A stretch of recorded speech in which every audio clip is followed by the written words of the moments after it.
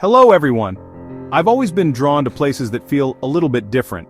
Nothing quite prepared me for Greenland. A vast white expanse on the world map that few ever get to touch. A magnificent world-altering whiteness, a land of ice. I wanted to understand what it means to live in the world's most sparsely populated territory. Greenland is officially the emptiest country on Earth, flying over endless miles of ice sheet. It's a place defined by its isolation. They painted a picture of a harsh, challenging land, and its ongoing journey towards greater autonomy. It's the people who give a country its heart and soul. I wanted to meet the Greenlanders, to hear their stories. This was to be a journey into the human spirit as much as a trip across a frozen wilderness. The arrival into Greenland is an experience in itself. My journey started in Copenhagen, from where a large passenger jet flies to Kangerlussuaq, the main international airport. It's a former US airbase located at the end of a long fjord, and it's one of the few places in Greenland with a runway long enough for big planes. As the aircraft descended, the world outside the window transformed. The blue of the Atlantic Ocean gave way to a brilliant, blinding white. The sheer scale of the ice cap is breathtaking. It stretches to every horizon, a silent, frozen ocean that has shaped this land for millennia. It makes you feel incredibly small, a tiny speck in the face of nature's raw power. From Kangerlussuaq, travel to anywhere else in Greenland means hopping onto a smaller propeller plane. My destination was Nuuk, the capital. The flight was a spectacle. We flew low over a landscape of jagged, snow-dusted mountains and deep, ice-choked fjords. There were no roads, no railways, no signs of human life for vast stretches. It was just rock, ice, and water. The feeling of isolation was immediate and profound. This wasn't just a remote place, it felt like a different planet altogether. The flight was bumpy, the engine noise was a constant companion, but nobody seemed to mind. For Greenlanders, this is simply the bus service. When Nuuk finally appeared, it was a startling sight. After so much monochrome emptiness, a splash of vibrant color suddenly emerged on the rocky coastline. Bright red, blue, yellow, and green houses were clustered together, looking like a handful of scattered Lego bricks against the gray rock and white snow. It was a defiant and joyful statement against the starkness of the surrounding landscape. The city itself is small, nestled in a complex system of fjords with the iconic Sermitsiaq mountain standing sentinel in the background. It didn't look like any capital city I had ever seen. It was compact, quiet, and utterly unique. Stepping off the plane, the air was the first thing I noticed. It was crisp, clean, and bitingly cold, so pure it felt like it was scrubbing my lungs clean with every breath. There was a quiet hum to the place, a world away from the frantic energy of other capital cities. There were no crowds jostling at the airport, no cacophony of car horns. Instead, there was a sense of calm and order. My Greenlandic adventure had officially begun, and my first impression was one of stunning contrasts. Immense emptiness and tight-knit community, monochromatic nature and colorful homes, profound silence and the promise of human stories waiting to be discovered. So what exactly is Greenland? It's the world's largest island. More than 80% of its surface is covered by a permanent ice sheet, a relic of the last ice age. If all this ice were to melt, global sea levels would rise by more than 7 meters. The name itself, Greenland, is one of history's most famous misnomers, a bit of clever branding by the Norse explorer Eric the Red. The Inuit people call it Kalaallit Nunaat, which simply means land of the people. Geographically, Greenland is a part of the North American continent, yet politically and culturally, its ties are firmly with Europe, specifically with Denmark. This geographical and political duality makes Greenland utterly unique. The sheer scale of the place is almost impossible to grasp. All of its 56,000 inhabitants are confined to a narrow, ice-free coastal strip. It's a land of beautiful and stark contradictions. Understanding Greenland's political status is a bit like peeling an onion. There are several layers to it. For a very long time it was simply a colony of Denmark. The Danish influence is still visible everywhere, from the red and white Danish flags you see flying alongside Greenland's own, to the Danish products that fill the supermarket shelves. The connection was formalized over 300 years ago, and for most of that time Greenland was a distant, dependent territory, its resources and people managed from Copenhagen. This colonial past is a sensitive and complex part of the national story, shaping debates about identity and the future even today. The first major shift happened in 1953, when Greenland's status changed from a colony to an integrated county of Denmark. This was a significant step, but it wasn't independence. Then, in 1979, another milestone was reached: home rule. This granted Greenland its own parliament and government, giving it control over internal matters like health, education, and social services. It was a huge moment of national pride, a recognition of Greenland's distinct culture and its right to manage its own affairs. The capital, formerly known by the Danish name Godthab, was officially renamed Nuuk, its Greenlandic name. It was a powerful symbol of a nation beginning to reclaim its identity. The journey towards greater autonomy continued, and in 2009, Greenland took another leap forward with the Act on Self-Government. This was a result of a referendum where an overwhelming majority of Greenlanders voted for more power. The act recognized the Greenlandic people as a distinct people under international law and expanded their control to include the police, the courts, and, crucially, the country's vast mineral and oil resources. Denmark still manages foreign policy, defense, and the currency, and provides a substantial annual block grant that is vital for the Greenlandic economy. This financial support is often at the heart of the debate about full independence. So is Greenland a country? Yes, but it's a complicated yes. It is a self-governing nation within the Kingdom of Denmark. It has its own prime minister, its own language, and a fierce sense of national pride. The path to full independence is a topic of constant discussion here. Many dream of it, but the economic realities make it a daunting prospect. The Danish block grant currently makes up a huge portion of the public budget, and finding a way to replace that is the ultimate challenge. Greenland is a nation in progress, a country carefully and sometimes painfully forging its own path in the 21st century. To truly understand Greenland, you must understand its people. The vast majority of the population, nearly 90%, are Inuit. Their ancestors first migrated from North America across the frozen sea ice centuries ago, developing a culture perfectly adapted to one of the most extreme environments on Earth. They are the heart and soul of Kalaallit Nunaat. The remaining population is mostly made up of Danes and other Europeans, many of whom are here for work, often in professional roles as teachers, doctors, or administrators. This mix creates a society with two main languages and cultures living side by side. The official language is Greenlandic, or Kalaallit. It's a fascinating and incredibly complex language, part of the Inuit-Aleut language family. It has a polysynthetic structure, which means it builds incredibly long words by adding multiple suffixes to a root word. A single Greenlandic word can often express a complete sentence in English. This makes it quite a challenge for outsiders to learn. While most people in Nuuk, especially the younger generation, speak excellent Danish and often English as well, the Greenlandic language is a vital part of the national identity. Hearing it spoken on the streets is a constant reminder that you are in a place with a deep and ancient cultural heritage. The population isn't just small, it's also incredibly young. A large proportion of Greenlanders are under the age of 25. This youthful demographic presents both opportunities and challenges for the country.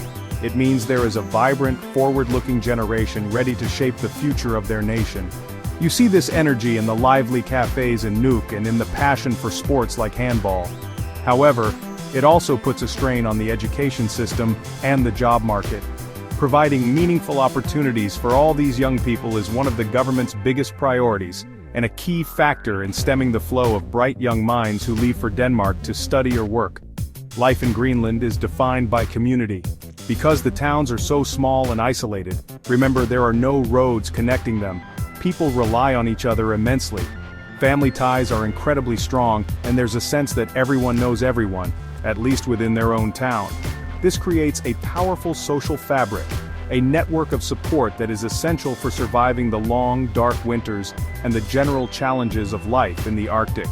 It is this human warmth and deep-seated sense of community that stands in such stark contrast to the cold, vast, and empty landscapes that surround them. It is the lifeblood of the nation. Nuuk feels like a capital city in miniature, a fascinating blend of modern ambition and small-town familiarity. Home to around 19,000 people, it's Greenland's bustling metropolis, yet a quiet town by global standards. The city is squeezed onto a peninsula, a jumble of colorful buildings surrounded by the sea and backed by imposing mountains. The iconic Sermitsiaq looms over the city. Nuuk is a mix of old and new, where preserved wooden houses stand near modern apartments and the Katuak Cultural Center. This juxtaposition tells the story of Greenland, a nation proud of its history, embracing development, with an ever-present connection to nature. Living in Nuuk means living with these contradictions every day, where trendy cafes meet traditional fish markets. This dance between modernity and tradition makes Nuuk a compelling and unique place to explore. Getting around Nuuk is simple. The city is compact, making it easy to walk almost everywhere. Nuuk has just 4 sets of traffic lights, all on Akusinir. The city has an excellent public transport system, Nuuk Busi. These bright orange buses are a lifeline for many residents. Riding the bus is like being in a mobile community center. Every car, truck, and bus had to be brought here on a ship. The limited infrastructure forces a more thoughtful way of moving about. One of the first realities you encounter as a visitor in Nuuk is the cost of living. Greenland is expensive. A stroll through one of the city's supermarkets is an eye-opening experience. Almost everything has traveled a very long way to get here, mostly shipped from Denmark. Prices for everyday items are significantly higher than in Europe or North America. A simple meal can feel like a luxury purchase. The main supermarkets are bright, modern, and well-stocked, but the price tags tell a different story. There's a strong reliance on frozen goods. There's the Nuuk Center, Greenland's first and only shopping mall, serving as a vital social hub. At the Kalaallit, local hunters and fishermen sell their catch directly to the public. Here you can buy fresh seal, reindeer, muskox, and a variety of fish. A walk through Nuuk reveals a gentle but constant flow of life. People offer a polite nod or a alu, hello in Greenlandic, as they pass. Sled dogs are common, their howls a primal sound, linking to ancient hunting traditions. The city's architecture features iconic, colorful wooden houses, a legacy of the colonial era. These vibrant colors stand in contrast to the gray skies, a defiant act of joy. You'll often see prams with babies sleeping outside, a Nordic tradition reflecting the community's trust. The old colonial harbor, the city's historic heart, features the statue of Hans Egede overlooking the fjord. The National Museum offers a deep dive into Greenland's history. Watching the fishing boats, you begin to feel the city's pulse, a rhythm set by the tides and the resilient spirit of its people. One of the most visually striking things about any Greenlandic town is the houses, painted in bold, primary colors. Against the stark landscape, these colorful homes are a statement of life and optimism. This tradition has a practical origin. In the colonial past, building color signified its function. While no longer in official use, the tradition continues, a core part of Greenland's architectural identity. Much of Nuuk's housing consists of large apartment blocks built during a period of intense centralization. People were moved from small settlements into larger towns like Nuuk to provide better access to services. The story of housing here is the story of Greenland's modern journey. To truly feel Greenlandic warmth, you need to experience a Kaffemik, an open house celebration at the heart of social life. No invitation needed. If you know the host, you're welcome. The table overflows with coffee, cakes, and local treats, and guests come and go all day. The atmosphere is lively, filled with laughter and conversation, as people share milestones and everyday joys. In a land where isolation is the norm, these gatherings are vital, reinforcing bonds and ensuring no one feels alone. The Kaffemik embodies the spirit of community that helps Greenlanders thrive in a challenging environment. It's in these moments, sharing coffee and cake, that you understand the true strength of this nation. If you want to see how passionate people in Greenland are, go watch a handball game. The sports hall in Nuuk is buzzing with excitement. Handball isn't just a game, it's a big community party. Almost everyone plays or used to play, and the sport brings people together from all over Greenland, even though it's a huge country. The game is super fast and exciting, and you can really feel how proud the crowd is with every goal and every time the goalie blocks a shot. Handball gives people a reason to be there, a sense of belonging, and a healthy way to let off steam, especially for young folks. In a country dealing with some tough social problems, sports are a strong way to bring people together and give them hope. That night I saw a community brought together by happiness, strength, and the excitement of competing. Beneath Greenland's beauty there are deep social challenges. High suicide rates, especially among young men, and struggles with alcoholism. These issues are rooted in rapid social change, cultural loss, and the pressures of isolation. The transition from traditional life to modern society has been swift and disorienting, yet there's growing openness and determination to heal, with community leaders and citizens working for a better future. The hardships are real, but so is the resilience and courage of the people. Greenland's story is one of survival and hope against formidable odds. In Greenland, the sky is the main event. Its light is sharp, pure, and ever-changing. Sunrises and sunsets paint the land in vivid colors, while the long polar night brings the magic of the northern lights. The midnight sun in summer turns night into day, filling people with energy and celebration. Life here is shaped by the dramatic swing between endless night and endless day. The sky influences routines, moods, and the rhythm of life. In this vast landscape, the sky is a constant source of wonder. Watching it is one of the most unforgettable parts of Greenland. Greenland's water is the purest you'll ever taste, flowing straight from ancient ice. This abundance of fresh water contrasts with the near total absence of trees. No natural forests, just hardy shrubs and wildflowers. The treeless landscape creates vast, open vistas and shapes daily life and culture. Attempts to plant trees feel out of place, highlighting how unique this environment is. The lack of wood led to ingenious use of other materials for centuries. Here, you learn to appreciate the small beauties in a land defined by water and open space. Greenland is on the front line of climate change. The Arctic is warming fast and the effects are a daily reality. The melting ice threatens traditional lifestyles but uncovers new opportunities like mineral resources. A mining boom could bring independence from Denmark but also raises questions about environmental protection and social impact. Greenland is balancing economic development with preserving its environment. It's a world leader in clean power, mostly hydropower. This commitment to green energy is remarkable and a point of national pride. Greenland is in transition, navigating traditions in a rapidly changing world. Decisions about mining, energy, and climate adaptation will determine Greenland's fate and impact the planet. Beyond the stunning landscapes, what truly stays with you from a place like Greenland are the people. It is in the small, personal encounters that you catch a real glimpse of the country's heart. I spent an afternoon with Lars, a hunter and fisherman. He spoke about learning to read the weather from his father, a skill that is becoming harder to rely on as the climate changes. On the walls were photographs of family. We talked about the future. Lars was optimistic but pragmatic. He saw the potential for mining and tourism but worried about the impact on the environment and the culture. "We must be the ones in charge," he said, his voice firm. "This is our land." The simple act of sharing coffee and conversation had offered me a more profound understanding of Greenland than any guidebook ever could. It transformed the abstract issues into a human story. My time in Greenland was drawing to a close and I spent my last evening just walking and thinking. I walked past the colorful houses, their windows glowing with warm light. This is a land that forces you to be quiet, to listen, and to reflect. It strips away the noise, leaving you with something more fundamental. It is an environment that is both humbling and deeply inspiring. I thought about the many contrasts that define this place, the blinding white of the ice sheet and the vibrant colors of the houses. What I will carry with me most is the feeling of resilience. There is a strength here that is born from necessity.